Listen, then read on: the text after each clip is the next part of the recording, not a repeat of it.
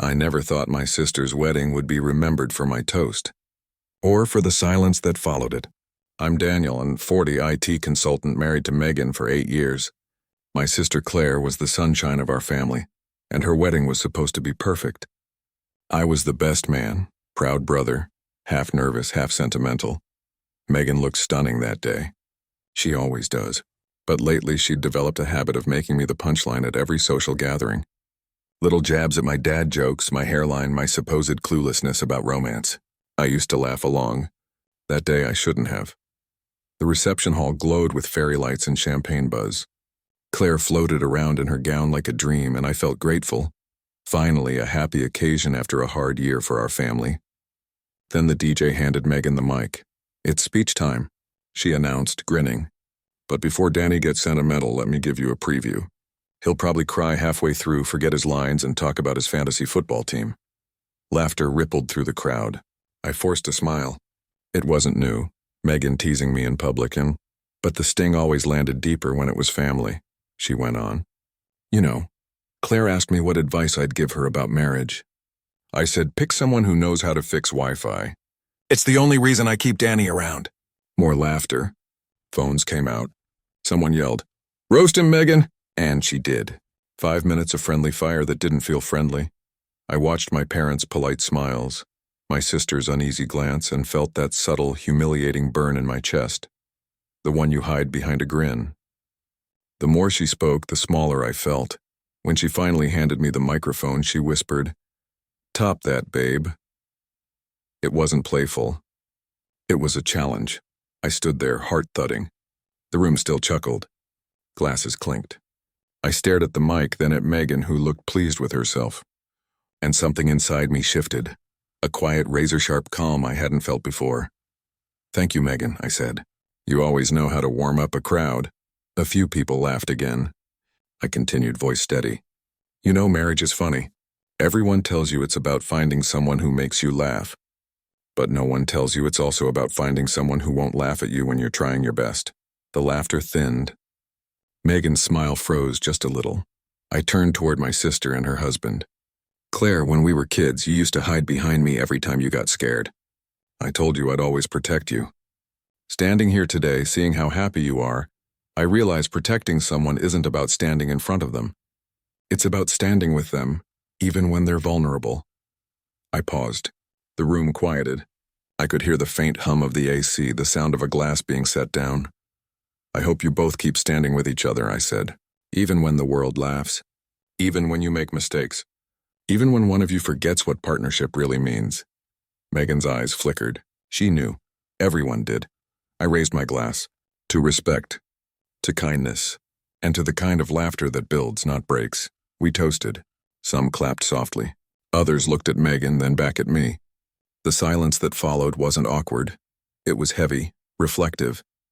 Later, when the music started again, Megan stayed quiet. For once, she didn't take more photos, didn't dance. On the ride home, she stared out the window, her reflection caught between passing streetlights. Finally, she said, "You embarrassed me." I didn't answer right away. I thought about all the little public jabs, the times I'd laughed along just to keep peace. I thought about how easily respect erodes, not through big betrayals, but tiny repeated humiliations dressed as jokes.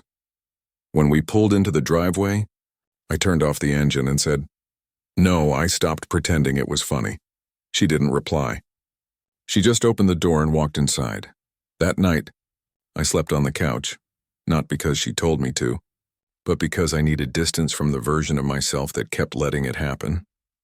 The next morning, the silence in our house felt louder than any argument.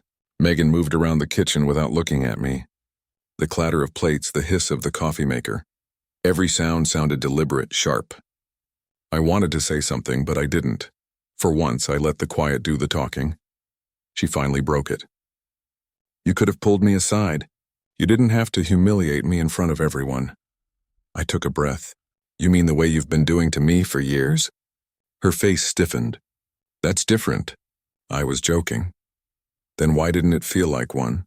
I asked. She didn't answer. Just looked down at her coffee, stirring it through the sugar had already dissolved. "I used to think love could survive anything if you kept laughing." Now I knew that laughter can sometimes be the slowest form of cruelty, the kind that hides behind charm and timing. For days, we barely spoke. Claire called me to thank me for the toast. She said people told her it was the most honest speech they'd ever heard. I smiled at that, but inside, I felt something break loose. Like the version of me who tolerated small humiliations had finally walked out the door. A week later, Megan came to me while I was fixing the lawnmower. She sat on the steps, arms crossed. "I watched the wedding video," she said. "You looked cold." "I wasn't cold," I said. "I was done pretending," she sighed. "Everyone thought you were taking a shot at me."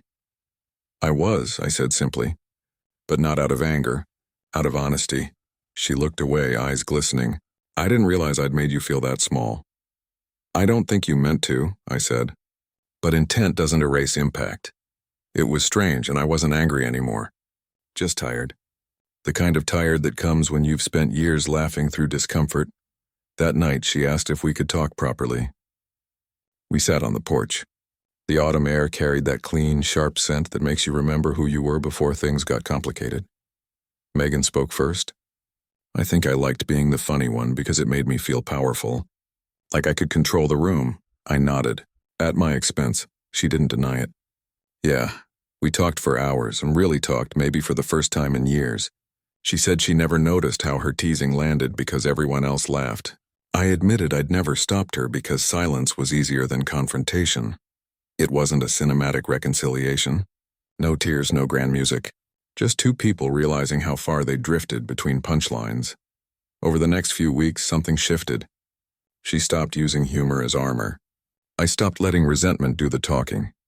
We started having quiet dinners again, ones where laughter returned, not as a weapon, but as warmth. Still, a part of me stayed cautious. Respect, once cracked, doesn't seal overnight. Months later, at another family gathering, someone brought up my wedding toast. My uncle said, "That speech should be printed in a marriage manual." People laughed, but kindly. I looked at Megan. She smiled, not the performative spotlight smile. A small, genuine one. Later that night, she squeezed my hand and whispered, "I deserve that silence." I looked at her. We both did.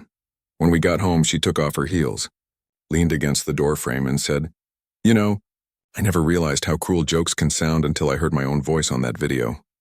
I nodded. The crowd laughed because they didn't know the story behind it. But I did. She came closer. "Can we start over?" I didn't promise her anything. I just said, "Let's try to remember what respect sounds like." And we did, slowly, imperfectly. Sometimes when friends tease each other now, I catch her glancing at me, checking if I'm okay. It's small, but it matters. Every time I think back to that night at my sister's wedding, I realize my toast wasn't just a speech. It was a mirror, one that made both of us see who we'd become. I didn't end the laughter that day. I just changed what we were laughing about.